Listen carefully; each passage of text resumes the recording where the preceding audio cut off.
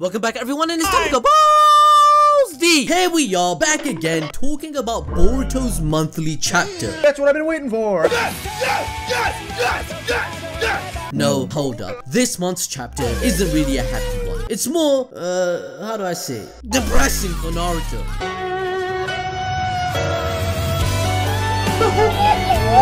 Naruto has been suffering from success. Not only has he lost Kurama. Oh, we're still doing that? But ever since losing the Nine Tails, Naruto has realized he's a side character. With a side character power level, of course, as everyone has become a freaking alien. God, please, I can't be no side character. I'm not built like a side character. A few inches later. Wait, where'd they go? Oh shit!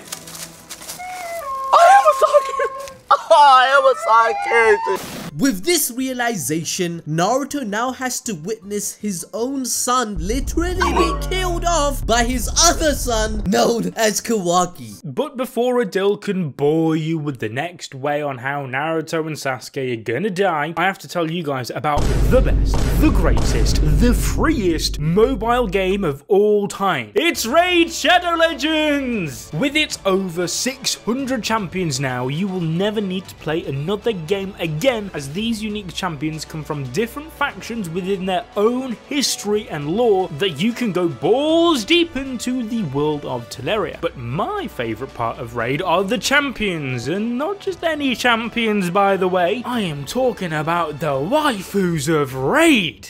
You see, my personal top 5 Raid waifus start with the War Maiden and Sky-Touched Shaman from the Barbarians, Arbiter of the High Elves, Venus from the Sacred Order, but my favourite is of course Minaya of the Bannerlords. Don't know what it is about her that just catches my eye. Stop it. Get some help. And this month there is a fresh rotation of the Brutal Hydra boss alongside a ton of events and tournaments happening every day to keep you occupied. So what are you waiting for? Download Raid right now by clicking the link in the description or scan our QR code right here for some cool bonuses. I'm talking about free epic champion Rector Drath, 200k silver, 1 energy refill and an EXP boost plus 1 ancient shard for you to summon Minaya, your new favourite waifu. So click the link right now, as these rewards are only available for 30 days.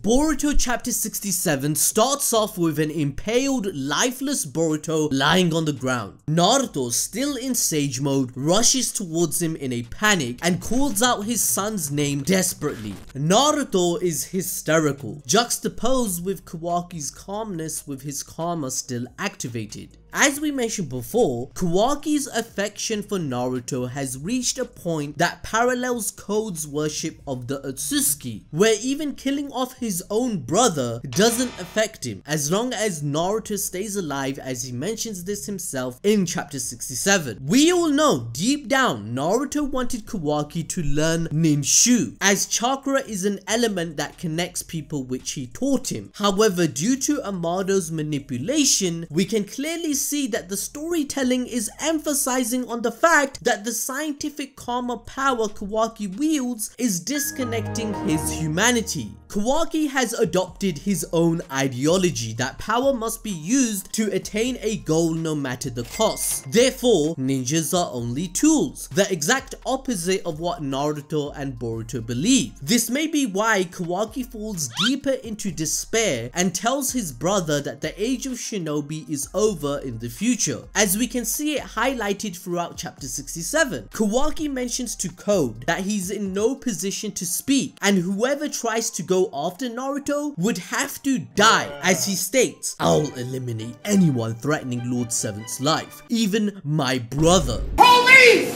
Help! Police!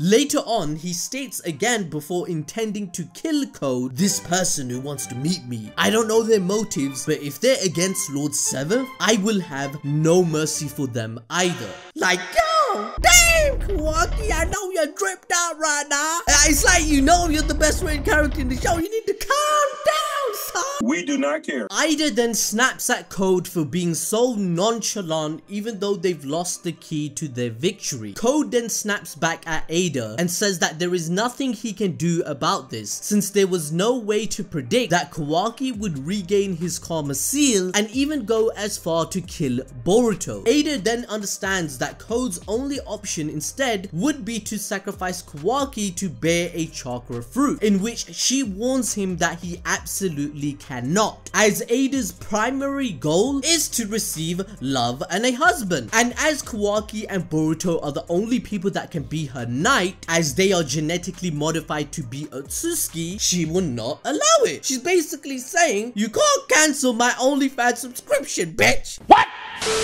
Again, one thing you must notice in chapter 67 is that Ada threatens Code twice in this chapter, where she would enact her own plan if he was to double cross her. However, we have to bear in mind that Ada admitted that she has no combat ability and is actually quite weak in terms of battle power. This lets us know that Ada could be in cahoots with Amado, as she came to the same conclusion as him that Code actually has no brain and is just a sim. If you didn't know how this could be possible in the story, then you're a silly willy. You haven't watched our 2-part series on Amado being a sussy baka. This is why you must hit the notification bell for our channel and like the video so you don't miss out next time. Yo, sorry, I can't keep going on without addressing the fact I just called you guys silly willies. Are you really gonna take that? You're silly willies if you don't hit the notification bell. That sounds so weird.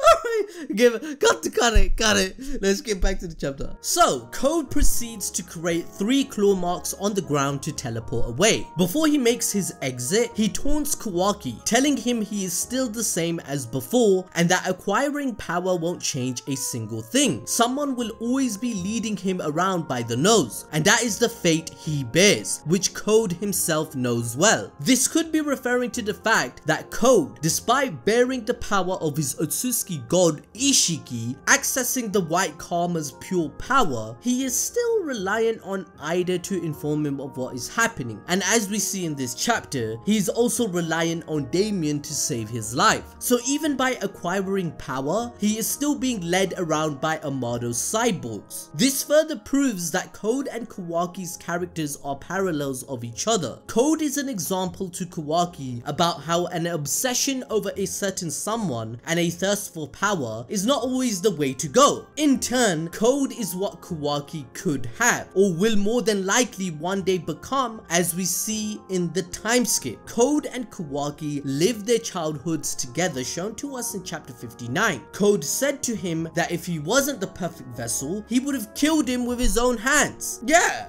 I know, right? Isn't it ironic how he calls out Kawaki being manipulated, trying to cuss him out in this chapter, trying to seem like a threatening villain, but we know he's just a 16-year-old pussy. I mean, Code himself worshipped a supposed god that died by his hands from a freaking shadow clone. What kind of dumbass Ishiki Otsutsuki was for you to worship this guy? This guy was...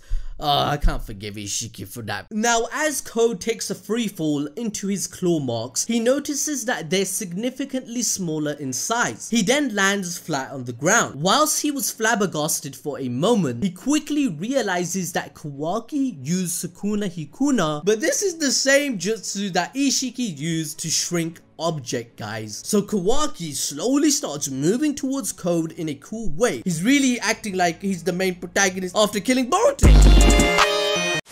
So Kawaki makes it apparent that he doesn't care about the destiny Code is talking about. What's more, it has become clear now that his love for Naruto is way past simple affection and admiration, which is something Amado had mentioned in previous chapters has finally actually come true according to his script. Kawaki continues to move forward towards Code and attacks him with a dozen of short black rods. Code manages to dodge it and tries to counterattack, only to be sent flying by a right punch by Kawaki. Whilst he's still down, Kawaki kicks him again, sending him flying even further. Code then admits that in his current state, he is no match at all for Kawaki in his Kawaki Shiki form. The difference in power levels is simply too much, and he is completely overpowered. Whilst this is happening, Shikamaru rushes towards Naruto, who's still holding onto Boruto's lifeless body. Naruto is still calling out for Boruto. He's crying his eyes out, hoping that his son would wake up, but you know, to no avail. Shikamaru is at a complete loss for words as he witnesses Boruto's condition. Naruto, in his disbelief, states, "Shikamaru,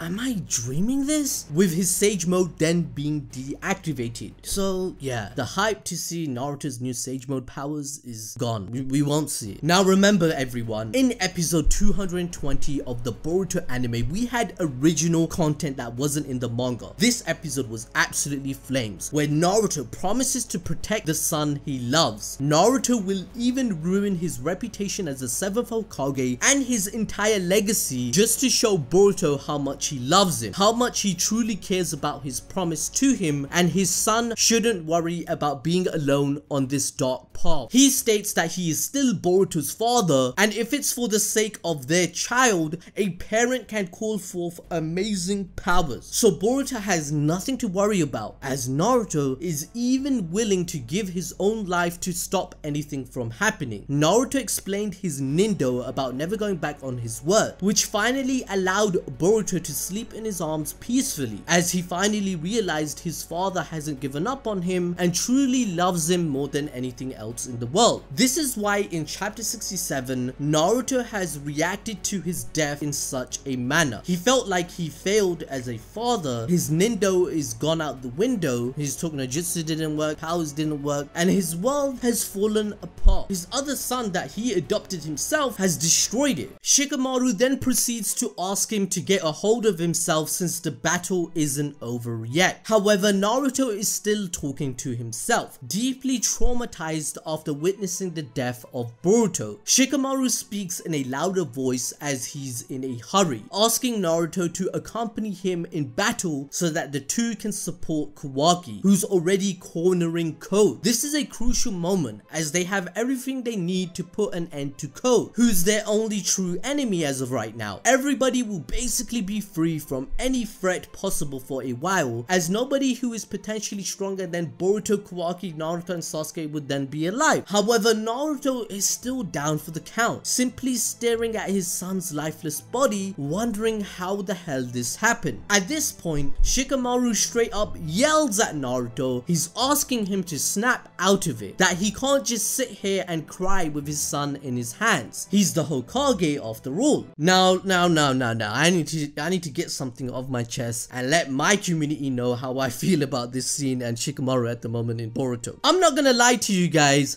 there is a minor nitpick I want to state about Shikamaru's character, because he definitely feels off in the writing sometimes. I mean, he's meant to be a genius that has 200 plus IQ, but in the anime and manga, all he does is criticize Naruto constantly on his decisions and yells at people. He never actually creates plans anymore or helps Naruto in a meaningful way that can make his job easier or strategically better in a fight. I mean, please remember what he did against Ishiki, guys. The man straight up said, "I have no plans," and then he did. This time round, he came into the fight and didn't throw out a single jutsu or punch, and now he's yelling at my boy Naruto for acting sad when his son died in front of his eyes. His character is almost hypocritical, because he himself was out of line and angry against Amado when Shikadai was only in danger rather than dead. There's a good chance that if he was in Naruto's position, then he'd be left motionless too. So please let me know, guys, in the comment section below if you agree with Shikamaru's development lately in the manga and anime, because this moment caused a lot of controversy in the community, so we would like to know your opinion. Anyway, whilst all this is happening, Code, struggling to stand, is thinking hard to survive as he has realised that his current self is no match for Kawaki. He is the one at the mercy of someone else right now. Kawaki charges an attack from his scientific ninja tool arm and a massive blast covers the area. A blast blast equivalent to a tailed beast bomb by the looks of it. However, Code whips out his Uno reverse card and the damage was reflected back onto Kawaki, completely knocking him out.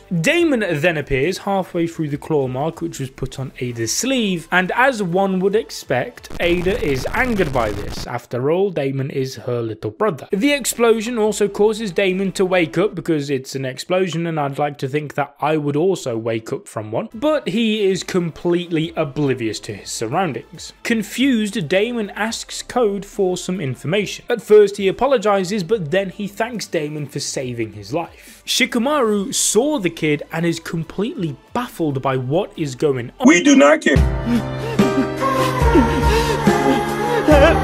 But now, Konoha have gained more intel and could question Amado regarding more cyborgs existing that he didn't tell them about. This would create an issue with his asylum and his relationship with the village, as they just simply wouldn't be able to trust him anymore. And Amado's plan would be in full fruition, as he would also gain intel on Code that he has discovered Ada and Damon and that they are still alive. The scene then shifts back to Damon, where the little kid asks Code about who he's attacking. Code then sends Damon back to Ada, who clearly states that if Kawaki is dead, then Damon is going to pay him a visit again, but to kill him this time. Code then uses another claw mark just to double check that Kawaki is still alive, which he discovers to be the case. Code, however, is not interested in waiting around for a round 2 with Kawaki, as he knows that he is no match for him in his current state, and that if Code wants to complete his mission and take Kawaki as his hostage, he needs his limiters removed, which is why he then retreats back to base with Ada. Shikamaru notices that Code has dipped and that they have subsequently missed out on their golden opportunity. But by the way that the final panel is illustrated, it's pretty obvious that Code has put a claw mark or something on Shikamaru somewhere, and that is why he didn't kill him like he said he would, as now he will be able to do a surprise attack in the future, infiltrating the village to get his hands on Amado through Shikamaru. When doing so, Code will just straight up kill him, because as Adil mentioned earlier, we all know that they can't write his character anymore, as his intelligence has reached a level that it is so big brain, it's easier to just kill him off.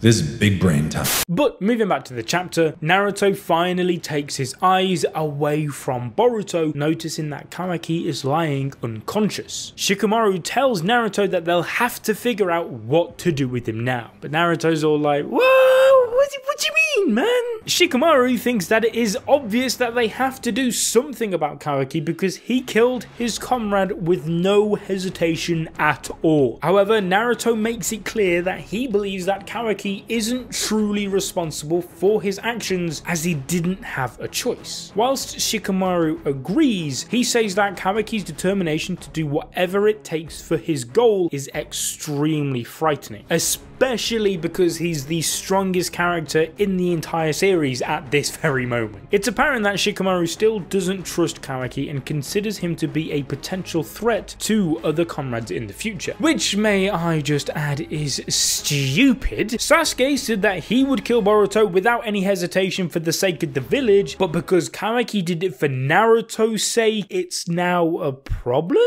Kakashi killed Rin for the safety of others too. I mean, is Shikamaru forgetting the entire history of the village he serves? He's out of line, but he's right. Anyway, Naruto snaps back at Shikamaru, asking if he means that they should drive Kawaki away since they can't actually control him. Shikamaru instantly replies that he doesn't want to do that at all, since Kawaki is Konoha's responsibility and that they can't just drop it onto other villages. Furthermore, announcing that Kawaki killed Boruto will only further paint Kawaki in a bad way, as many of the villagers already have a negative perception of him. After all, Kawaki is an outsider, an ex-Kara member, a refugee pretty much. He's extremely close to the people at the top of the village and has even become officially adopted by the Uzumaki family. people will only look at the boy with suspicion, wondering if he has any ulterior motives. Many may think that he is simply just jealous of Boruto, who's extremely popular and loved by all, unlike Kawaki, who's not considered to be a good person. Others may believe that he's still working for Kara and that all of this is according to someone's master plan. Either way, when Kawaki gets back to the village, he's gonna be in a lot of trouble, which is why Naruto made a clear stance. No matter what anybody says or thinks, he's going to stick with Kawaki as he considers him as his son, a part of his family, and believes that the support of his family is what he needs, as without it, what else does he have? Remember, Naruto stated that he understands Kawaki best as he lived through the same pain as a child too. If he abandoned him now, it would result in something worse, as Naruto himself, when abandoning everything he cared for, went ballistic and almost released the 9 tails against pain. Shikamaru, however, questions if Naruto really views him as family after what he has done, even after killing Boruto, which triggers Naruto's emotions to come flooding out as he tells Shikamaru to shut up. The words Shikamaru speak are very likely what Naruto feels deep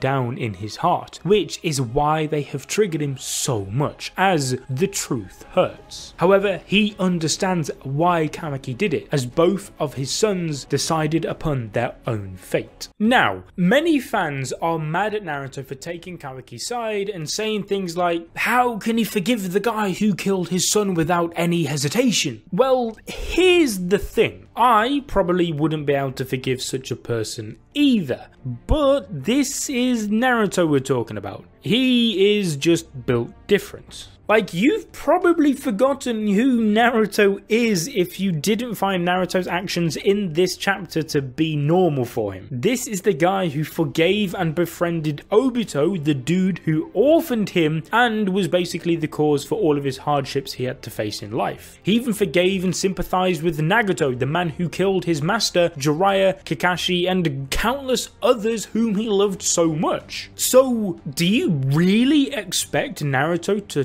truly hate Kawaki after everything he has gone through? Because that is just not the kind of man he is. And honestly, this simply makes Boruto's death hurt even more. It hurts so much that it's hard to put my feelings into words, because we've literally seen Naruto struggle and struggle for decades. We celebrated his success, and after becoming so accustomed to it all, it hurts to be brought back down to reality and watch his suffering continue. But then Boruto wakes up and he's completely fine. Yes guys, that is right, you heard me correctly. Naruto's tears turn from ones of sadness and sorrow to ones of pure joy and shock as he witnesses his son's lifeless body regain its light. Shikamaru, on the other hand, is a bit like, I'm sure I saw this kid with a gaping hole through his chest, right? But he quickly realizes that his chest has instead been replaced with the karma, as time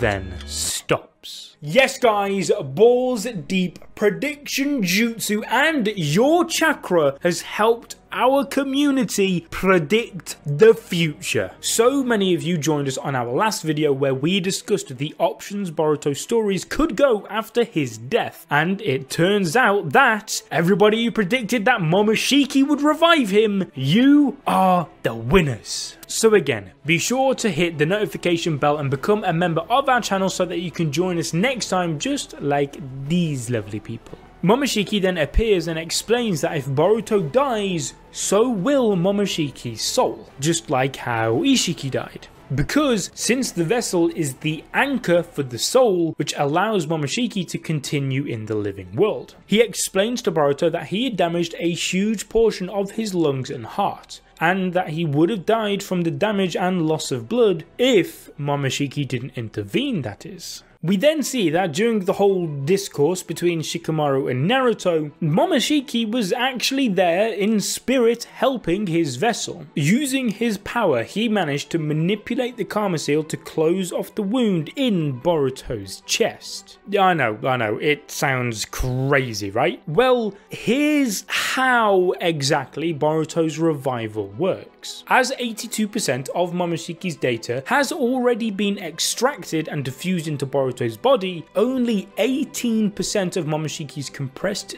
data was left to be extracted before he fully reincarnated. However, Boruto's untimely death forced Momoshiki to convert the rest of the 18% of the karma into Boruto's data instead of his own. Because this final 18% of data was Boruto's now, it meant his body accepted it instantly, reforming his cells and tissue. This is why it was not a long process like Momoshiki's, as it was just a case of Boruto being turned into Boruto again, rather than Boruto being turned into a whole new person, which would take a hell of a lot longer. I hope that makes sense anyway. But the other question is, what does it mean for Momoshiki then? Can he still be revived in his complete form? Well, the simple answer is no. Momoshiki has permanently given 18% of his karma data to Boruto so that he can survive. But wait, doesn't this mean that Boruto is a pure, authentic Otsutsuki now? What? Well, let me explain that too. While the last 18% of the karma data is Boruto's, it is still inherently Otsutsuki data. Are you with me? What we can understand from this is that Boruto's data was simplified and converted into a form of Otsutsuki data whilst maintaining the characteristics of Boruto's body, hence keeping Boruto alive. Basically, think of it like this. It's kind of like converting a PNG file into a JPEG file. There's minor differences from the original, but the very base, in this sense, contents of the photo, still remain the same. Momoshiki also warns Boruto that if he tries to end his life again, then Momoshiki won't be able to save him since the karma seal has now been completely extracted, meaning there's no data left over now to save him a second time. Boruto then mentions that Momoshiki had said something about his future before. Here, he's referring to the time that Momoshiki said that his blue eyes will one day take everything from him. He asks if this is the incident that Momoshiki meant. Much to his surprise though, Momoshiki responds with... He explains that this isn't what he is talking about, and that what Boruto has just been through has nothing on what is to come, and that it will be a true spectacle once the time arrives, which is soon. What is it? Well, nobody knows yet. Is it the Jogan, the time skip? I don't know. In the meantime though, to help you fully understand the clan that Boruto is now officially a part of, check out our video explaining all of the Otsutsuki clan and their powers. Trust me, you're gonna love it. Bye-bye.